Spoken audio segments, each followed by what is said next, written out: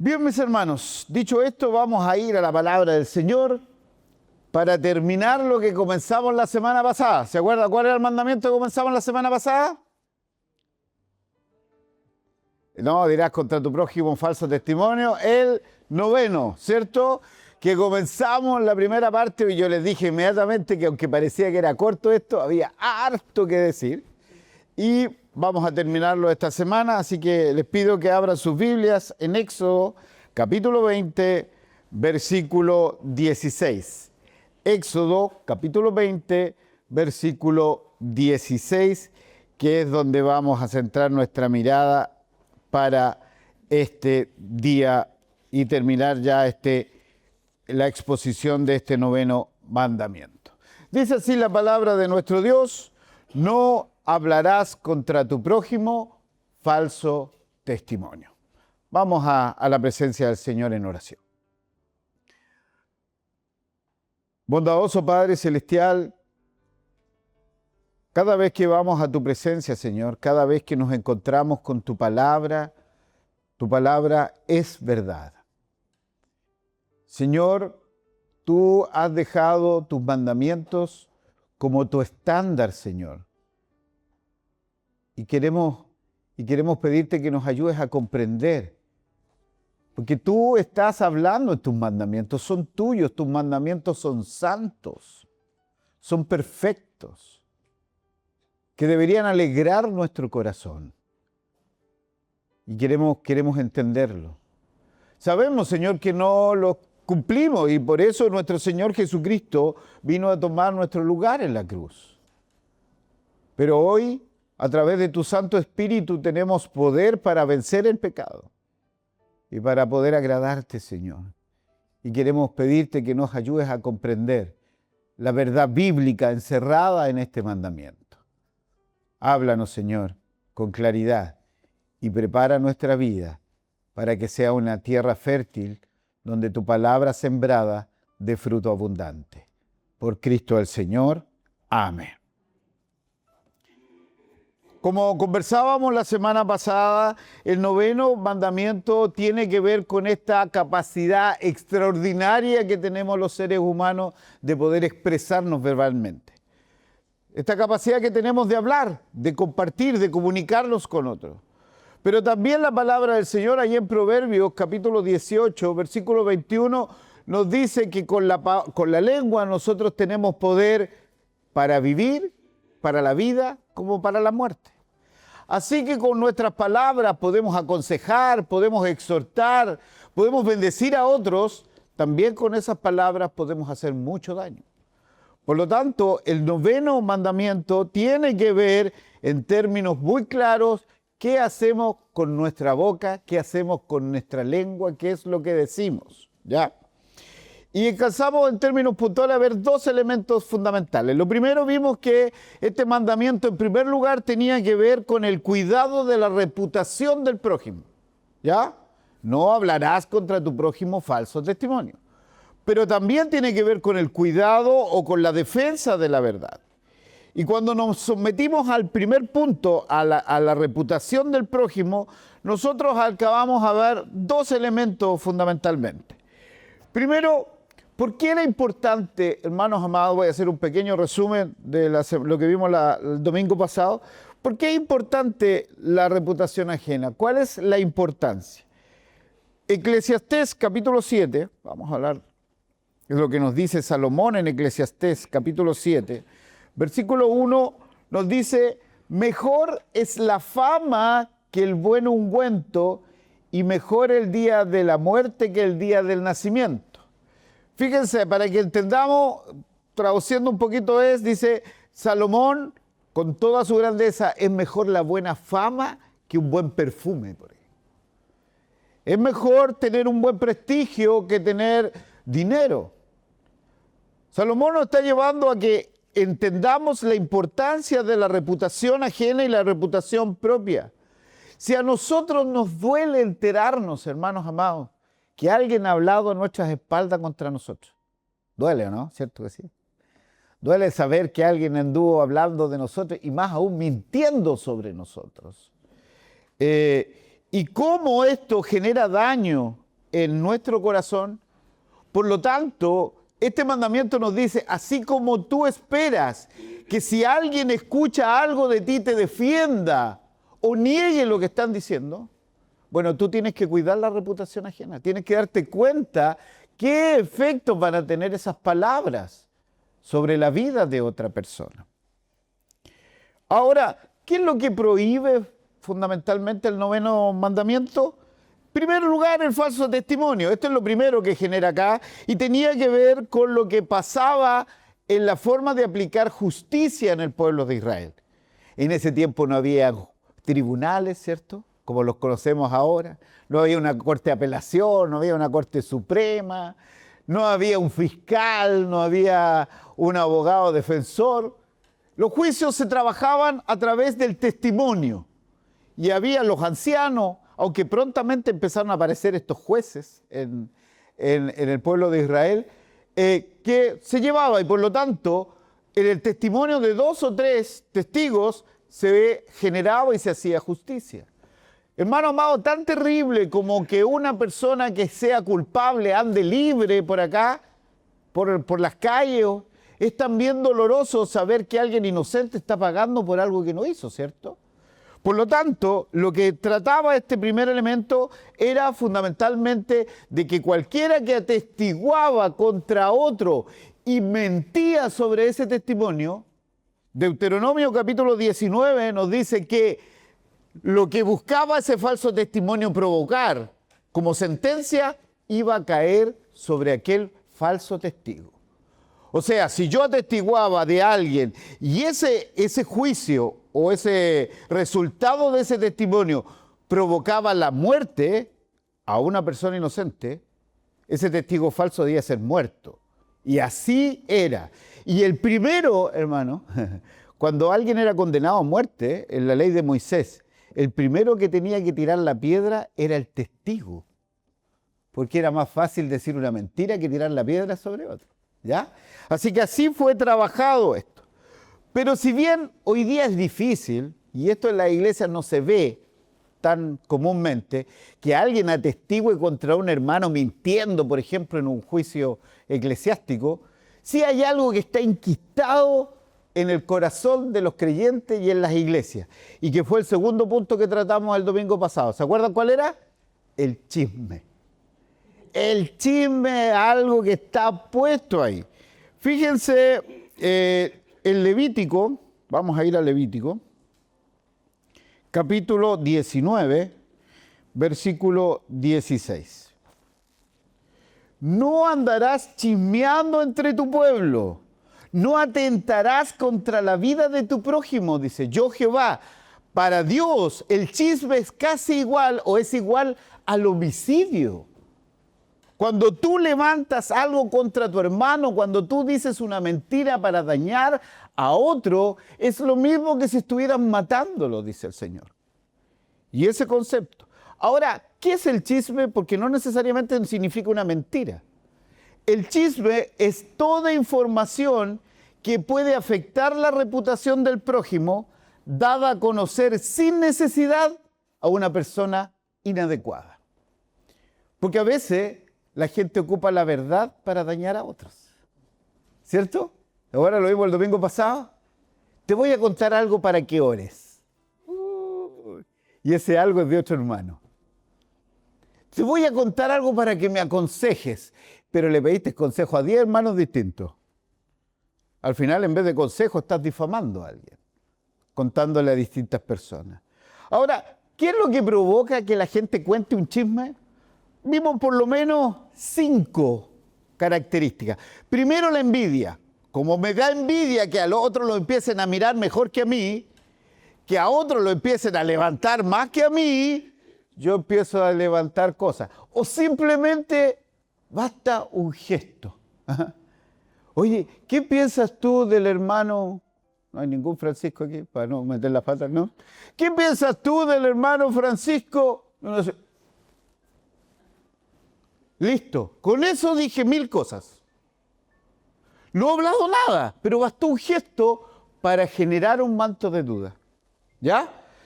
La ociosidad. En 1 Timoteo 5:13, Pablo le dice a Timoteo que tenga cuidado con aquellas hermanas, que habla de manera de hermanas, pero yo les dije el domingo pasado, esto tiene que ver más allá que el género. Esto no tiene que ver si es masculino o femenino.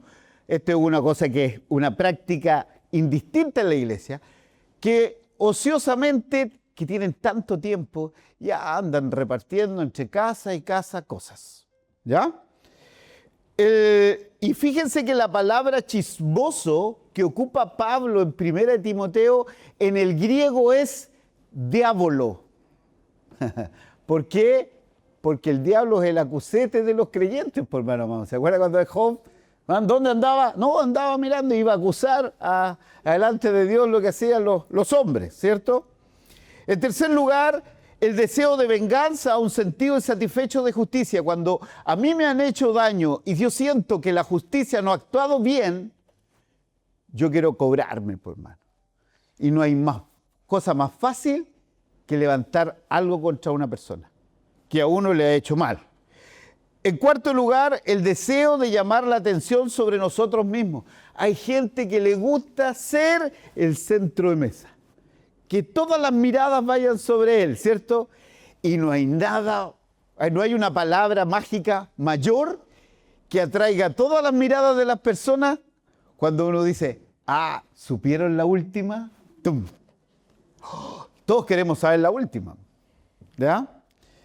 Entonces, y el último elemento es el mucho hablar. Hay gente que le gusta hablar por hablar. Y dijimos, hermanos, recuerden siempre esto, la lengua está en una cavidad rodeada de dientes, hermano amado. Y nosotros tenemos una boca y dos oídos. ¿Qué significa? Tenemos que escuchar más que hablar. Hay gente que le gusta hablar, ¿no? Y en eso disparan hacia cualquier lugar. Bueno, ahora, ¿cómo nos defendemos eficazmente del chisme dentro de la iglesia? ¿Qué herramientas tenemos para defendernos? En primer lugar, debemos orar. Hermano, el Padre nuestro nos dice, en su oración modelo, nuestro Señor Jesucristo nos dice que oremos que nos aparte del mal, que nos libre de la tentación y nos aparte del mal. Y me llama mucho la atención una oración que hace el rey David a Dios. Vamos a los Salmos, al 141, el versículo 3. 141, versículo 3. Miren lo que le pide David a Dios. Pon guarda mi boca, oh Jehová, guarda la puerta de mis labios. ¿Cuándo fue la última vez que usted oró hacia el Señor? Señor, ponme freno. Guarda mis labios, guarda mi boca, que no estén hablando tonteras que puedan dañar a un hermano. Esas son oraciones que no hacemos nunca, casi nunca en nuestra vida. ¿Ya? Debemos orar. En segundo lugar, debemos pensar antes de hablar. ¿Es necesario lo que voy a decir? ¿Es de edificación lo que voy a decir? ¿Va a bendecir a la iglesia lo que yo voy a decir? En tercer lugar, debemos considerar seriamente los efectos que produce el chisme, hermano. Que usted, aunque quiera retractarse de lo que dijo, el daño ya lo produjo. ¿Se acuerdan? Este joven que hablar con un monje, con un sacerdote, lleno de culpa, producto que había dicho algo que había dañado la reputación de alguien, y él quería resarcir ese daño. Y el sacerdote le dice, ya, anda y toma una pluma y pónela en cada una de las puertas de la casa de la ciudad. Y él rápidamente fue y recorrió toda la ciudad y puso una pluma en cada puerta. Listo, Señor, ¿qué tengo que hacer ahora? Anda a buscarlas todas y me las traes de vuelta. ¿Y qué le dijo? El joven le dijo, pero maestro, el viento ya se llevó esas plumas, quizás ¿dónde estén? Bueno, eso es lo que provoca un chisme, por hermano, que se empieza a repartir esto y generó un daño que después no podemos limitar. ¿Ok? Eso fue entonces lo que vimos. Y por último, resuelve rápido tus problemas. Hermano, lo peor que uno puede hacer es creer que el tiempo va a guardar las heridas. No. Si bien no es bueno hablarlo cuando uno está con la rabia ahí efervescente, no, pero no deje pasar las cosas. Háblela, convérsela. para que así podamos generar. Bueno, eso fue lo que alcanzamos a ver la semana pasada, un pequeño resumen de esto. Pero no tan solo el falso testimonio es lo que prohíbe el noveno mandamiento, no solo el chisme, también los juicios apresurados. Vamos a Juan, capítulo 7. Evangelio según San Juan, capítulo 7, versículo 24. ¿Qué dice? No juzguéis según las apariencias, sino juzgad con justo juicio. Hermano o hermana querida, aunque usted no converse con nadie, aunque usted no hable con nadie, no entregue noticias de nadie, nosotros tenemos que entender que en nuestra mente tenemos una corte, tenemos un tribunal que andamos enjuiciando a todos los que vemos por ahí. Y lo peor de todo es que actuamos con esa persona según el veredicto que nosotros tomamos en nuestra corte. ¿Ya? Por lo tanto, uno de los problemas que debemos tener en claro es que no debemos hacer juicios apresurados si vemos a un hermano o una hermana hacer algo. Si no tienes toda la información, no llegues a un veredicto. ¿Se acuerda este sacerdote que vio a Ana orar en el templo? ¿Se acuerda o no?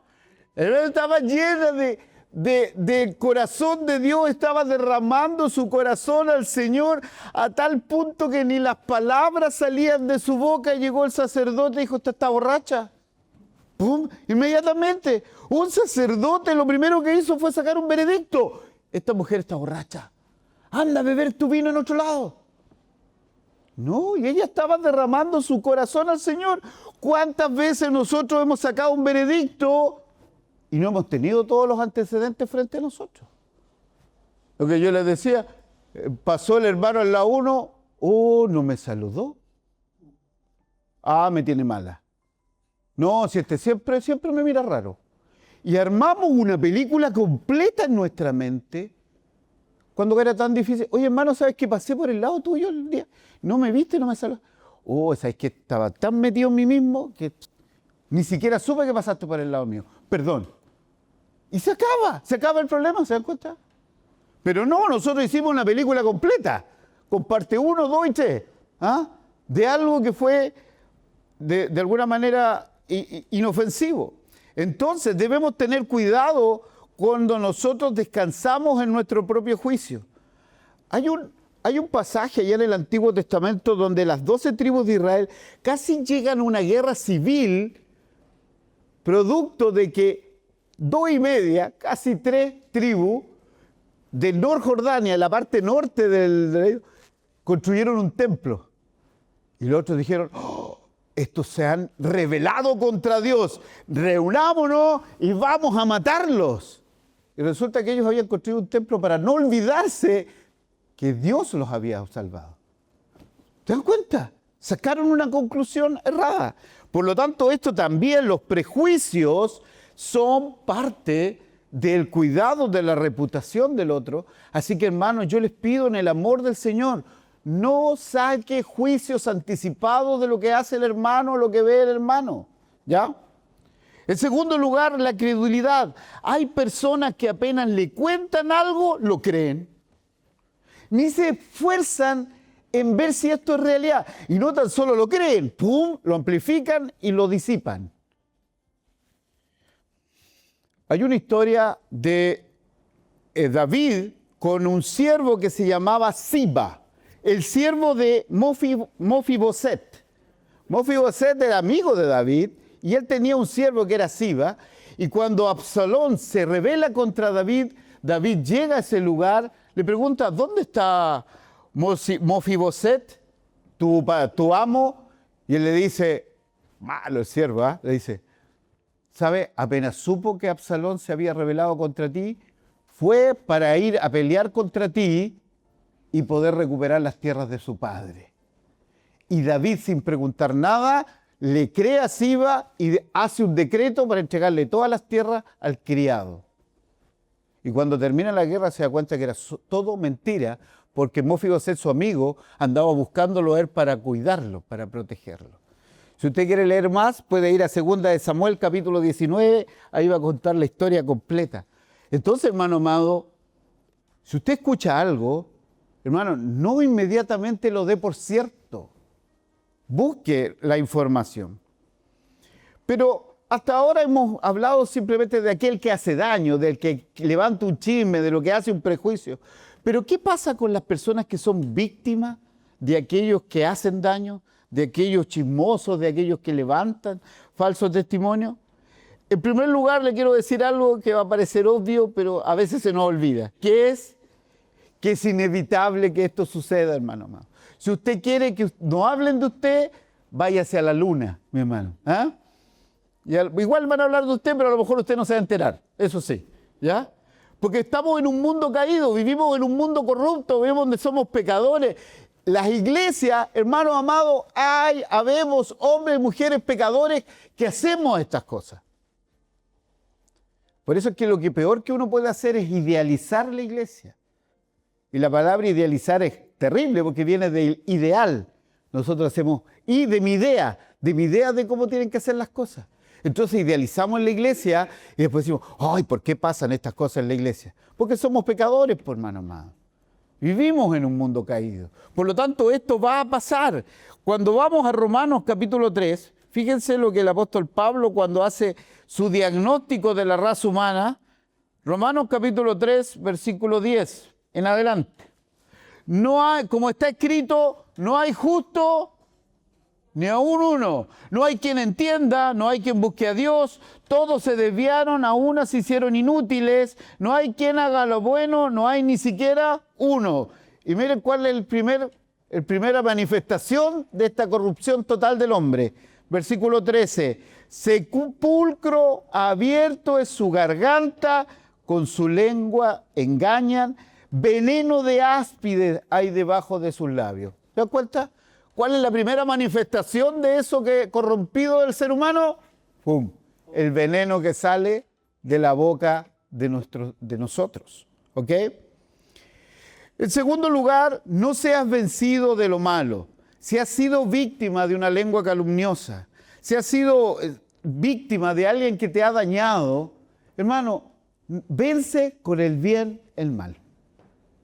Busca la justicia de Dios, no la tuya. No vayas a la revancha. No uses los mismos medios que usaron contra ti. Ora al Señor, que el Señor te haga justicia. No tú. No lo busques tú. Bien, vamos a la segunda parte de este mensaje que tiene que ver ahora. Lo primero dijimos que era el cuidado de la reputación del otro. Pero así como hay este elemento, el mandamiento también nos obliga a hacer cosas. ¿Y cuál es la otra parte? La defensa de la verdad. Así como el mandamiento protege la reputación del prójimo, va a proteger la santidad de la verdad. Si vamos a Oseas, capítulo 4, aquí hay una lista de lo que los mandamientos hablan. Oseas, capítulo 4, versículo 2 nos dice lo siguiente. Perjurar, mentir, matar, hurtar y adulterar prevalecen y homicidio tras homicidio se suceden. Fíjense las dos primeras, perjurar y mentir. Perjurar, ¿qué es lo que es perjurar? Es afirmar fehacientemente una mentira. Es simplemente jurar que lo que yo estoy diciendo es verdad cuando no es así. Es una tremenda mentira. Pablo, en 1 Timoteo 1, Dios también nos enseña que los mentirosos y los perjuros no entrarán al reino de los cielos. Hermano, cuando estamos hablando de la mentira, estamos entrando al centro neurálgico del pecado humano.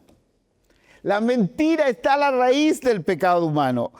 Está ahí todo, el engaño. El hombre por naturaleza es mentiroso. Hermano, si ve un niñito, pero sí, apenas habla. La boca llena de chocolate. ¿Quién se comió los chocolates? No. Nadie le enseñó. Nadie fue y le dijo, mira hijo, así se miente. No, ¿cierto? Yo en la sala cuna, en el jardín, está la clase de mentira 1. ¿Ah? que es prerequisito para mentir a dos, ¿no? No, no nace. Es algo propio de la corrupción humana, del pecado. La mentira es uno de los pecados más característicos del hombre caído. El hombre tuerce la verdad. ¿Para qué? Para protegerse, para proteger a otro, para obtener beneficio. ¿Cuántos currículum vitae no tienen ahí? Manejo de idiomas, todo. Se manejan todos los idiomas. Con suerte dicen, dice de Tobar. ¿Ah? Y ahí están, pero manejan todos los elementos que están ahí. ¿Ah? Para obtener beneficios personales, para hacer daño, para hacer creer que las cosas que no son como si fueran, para que uno hizo lo que no hizo. Hijo, ¿estudiaste? Sí, papá, yo estudié. No, no lo hizo. ¿Ah? Para hacer creer a los demás que sé lo que no sé. Por lo tanto, Agustín de Hipona, fíjese, dijo algo extraordinario. Cuando el respeto a la verdad ha sido quebrantado o debilitado, todo lo demás quedará en duda. Y hoy día nosotros no le creemos a nadie, ¿o no? Antes bastaba que dos personas se tomaran la mano. ¿Ah? Palabra de hombre, decíamos. ¿Ah? Palabra de hombre. ¿Va a hacer esto? Palabra de hombre. ¿Se imagina que yo le dijera, ¿sabes que conocí a una persona, me pidió 100,000 pesos y me dio su palabra de hombre que me la iba a pagar? Y yo le creí. Usted diría, oh, es pastor. No le creemos a nadie, no le creemos las noticias, no lo creemos ni a los rótulos que aparecen en los alimentos. No le creemos a nadie. ¿Por qué? Porque la mentira está adueñándose de todo. No le creemos a los políticos, no le creemos a nadie, ¿cierto? ¿Ya? Pero ¿por qué es importante la verdad?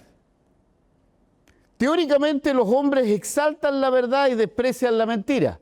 Parece que yo una pérdida de tiempo que yo esté defendiendo la verdad aquí en un mensaje. Pero nosotros sabemos que vivimos en un mundo que tiene una ética situacional. ¿Qué significa esto? Nada es bueno y es malo, sino depende de la situación en que yo me encuentro. Si bien todas las personas dicen que la mentira es mala y la verdad es buena, a veces esta virtud de la verdad se transforma en una insensatez para algunos. ¿Cómo se te ocurre decir la verdad aquí? ¿Cómo se te ocurre decirle al carabinero que doblaste sin ensayalizar? ¿Cómo se te ocurre decir esto? ¿Cómo se te ocurre decir que tú dijiste eso? Fíjate callado, di que no. ¿Ah? Generalmente lo que prima en la sociedad hoy día es la mentira. Hay una copla española que lo relata talmente. ¿Cuál es esa copla española? En este mundo traidor, nada es verdad ni mentira, todo depende del color del cristal con que se mira. Eso, nada es verdad ni es mentira, ¿sí? Depende de cómo usted lo mire acá. Pero ¿por qué es importante la verdad? Porque Dios es verdadero, hermano. Nuestro Dios es real. Todo lo que Dios hace es verdad. Lo que Él dice es verdad, sus promesas son verdad, sus juicios son verdad. Hermanos, si nosotros deberíamos tener claro con su promesa nos debe bastar, porque Dios nunca ha mentido, ni puede mentir. Entonces, al hablar de la santidad de la verdad, estamos hablando de la santidad de Dios, porque la verdad es Dios. Dios es verdad. Cada vez que torcimos la verdad, cada vez que cambiamos la verdad por mentira, Dios está profundamente degradado, hermano amado, y por supuesto, este mundo se vuelve cada vez más caótico. Vamos a Romanos capítulo 1. Romanos capítulo 1, versículo 18. Porque la ira de Dios se revela desde el cielo contra toda impiedad y justicia de los hombres que detienen la injusticia, con injusticia la verdad. El hombre caído es un hombre que va a ir en contra de la verdad porque la verdad es Dios. En segundo lugar, Satanás es el padre de mentira y por medio de la mentira promueve su reino de muerte. Así como toda la verdad está asentada en Dios, toda mentira está asentada a Satanás. Juan 8:44 dice que Satanás es el padre de la mentira. Por lo tanto, cuando nosotros no amamos la verdad, estamos cayendo en las mentiras de Satanás. Satanás entra a este mundo cuestionando la veracidad de Dios e imponiendo su mentira. Génesis 3, capítulo 1. Con que Dios dijo que no podían comer. No dijo, así Dios no fue como lo planteó. Satanás tuerce la verdad y dice, no, si no van a morir. Nos oculta parte de la verdad. Así que como la verdad promueve la bendición de Dios y es síntoma de la piedad, así la mentira atrae la ira de Dios y promueve la confusión y muerte y es un síntoma inequívoco de impiedad. Salmo, capítulo 5, versículo 6. Destruirás a los que hablan mentira. El hombre sanguinario y engañador abominará Jehová. En segundo lugar, la naturaleza de la verdad. ¿Qué es la verdad? El puritano Richard Steele lo define de esta manera. Es el acuerdo de nuestras expresiones con la naturaleza de las cosas o del conocimiento y comprensión que tenemos de ellas. En palabras más simples, decir la verdad es expresar exactamente lo que una cosa es, tal como nosotros percibimos o conocemos. Por eso es que no es lo mismo un error que una mentira. Porque yo puedo tener un error porque tengo una percepción incorrecta de cómo son las cosas, o porque me enseñaron mal una cosa. Pero mentir es saber cómo algo es y decir que es de otra forma. Y eso está ahí. Deuteronomio 13, 12, 14 nos dice esto. Y lo mismo lo dice Pedro en Hechos 5. ¿Se acuerdan? Ananías y Zafira. Pedro le dice, ¿por qué has mentido al Espíritu Santo? ¿Se acuerdan o no? Pero fíjense que después llega su esposa y Pedro no asume inmediatamente, ¿se acuerdan lo que es hacer un juicio premeditado? No asume que la esposa estaba coludido con su esposo y va y le pregunta directamente, ¿en esto vendieron su heredad? Y ella le dice, sí, en esto. ¿Por qué mentiste? Eso es lo que está diciendo. Pedro no asumió esto, sino que fue y encaró la verdad. Las verdades a medias definitivamente son grandes mentiras. No es mi esposa, es mi hermana, le dijo Abraham de Sara, ¿cierto? No, es mi hermana, para tratar de no... ¿ah? Y no lo hizo una vez, lo hizo 2 veces, ojo. El padre de la fe. ¿Y usted cuántas veces sabe que va tarde en una reunión? Y lo llaman, no, en 5 minutos estoy. No está en 5 minutos. Sabe que no va a estar, pero lo decimos así, pero al tiro. ¿Ah? No, si hay medio taco. No es así. Mentimos cuando ocultamos parte de la verdad con el propósito de transmitir una información distorsionada. Y esto involucra hasta los énfasis, los tonos de voz. Pueden hacer que una verdad a media se transforme en una grandiosa mentira. Ahora, ¿cómo aplicamos este 9º mandamiento? Cuando tratamos con el tema de la mentira y la verdad, no solo debemos verlo como de manera horizontal, sino de manera vertical. Hermano, cuando estamos mintiendo contra el primero que mentemos en contra de Dios, porque Dios es la verdad. Dios es verdad. Muchas mentiras vienen de fuente de la incredulidad. La gente miente por falta de fe en variadas ocasiones, porque no confía en que Dios pueda protegerlos como la consecuencia de decir la verdad, y eso es incredulidad. Todo lo que hemos hablado de la mentira no solo anula todo lo que la Biblia dice acerca de la misericordia. Hermano, hay otro tema que es fundamental, Dios me ayude a transmitir esto. Hay gente que ocupa la verdad para dañar.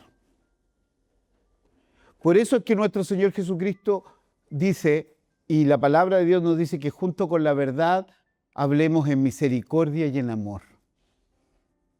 Hay gente que ocupa la verdad para dañar. Sabe que sabe más que otros y daña a otros.